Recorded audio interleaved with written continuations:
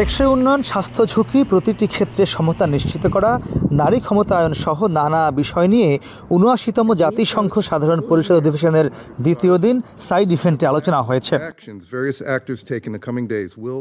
দ্বিতীয় দিনের সেশনে মূল আলোচনা ছিল বিশ্বের সাথে ডিজিটাল গ্লোবাল কম্প্যাক্ট কিভাবে ছড়িয়ে দেওয়া যায়, যার মাধ্যমে আরও বেশি তথ্য আদান প্রদান করা যাবে। বিভিন্ন সংস্থার প্রতিনিধিরা বলেন, প্রযুক্তি ব্যবহার করে বিশ্বে এখন অনেক দূর এগিয়েছে, তবে আরও সহজে কিভাবে এই প্রযুক্তিকে মানুষের কাছে সহজলভ্য করা যায় তার একটি পলিসি নিয়ে কাজ করছে জাতিসংঘ। এই পলিসিতে গ্লোবাল ডিজিটাল কম্প্যাক্টে কী কী বিষয়গুলো থাকবে তা বিশ্ব নেতাদের কাছে তুলে ধরা হবে। সবাই একমত হলে পুরো বিশ্বই উপকৃত হবে। সম্মেলনে বাংলাদেশকে এ বিষয়ে জোরালো ভূমিকা রাখা উচিত বলে মনে করেন তারা।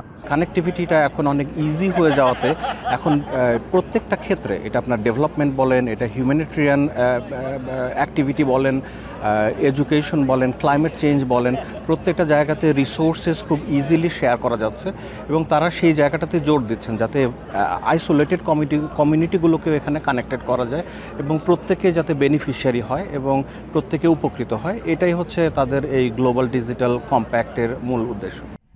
সম্মেলনে তরুণদের নিয়েও আয়োজন করা হয়েছে নানা ইভেন্টে। তারা বলছেন, জাতিসংঘ প্রতিনিয়ত আধুনিক প্রযুক্তি ব্যবহারের কথা বলছে, কিন্তু বাংলাদেশ সহ সারা বিশ্বই ডিজিটাল প্রযুক্তি ব্যবহার করে নানা জটিলতায় পড়ছে। এ থেকে কিভাবে উত্তরণ সম্ভব তা নিয়েও আলোচনা হয় ইভেন্টে। Technology in the near future is the driving force of Sustainable Development Goals, যেটা UN focus করছে every day and every year and in all these big conferences.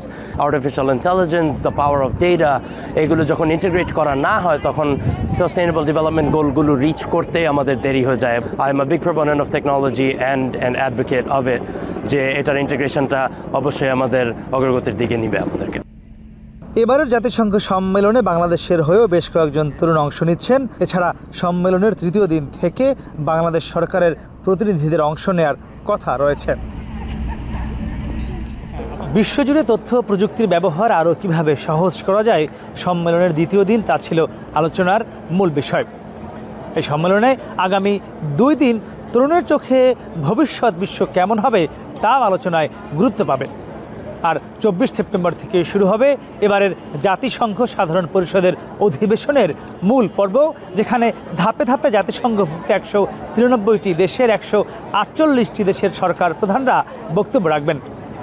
বাংলাদেশের বর্তমান অন্তর্বর্তীকালীন সরকারের প্রধান উপদেষ্টা ডক্টর মোহাম্মদ ইউনুস বক্তব্য রাখবেন 27 সেপ্টেম্বর, যে বক্তব্যে সাম্প্রতিক সময়ের ছাত্র জনতার গণ অভ্যুত্থানের বিষয়টি গুরুত্ব পাবে বলে ধারণা করা হচ্ছে।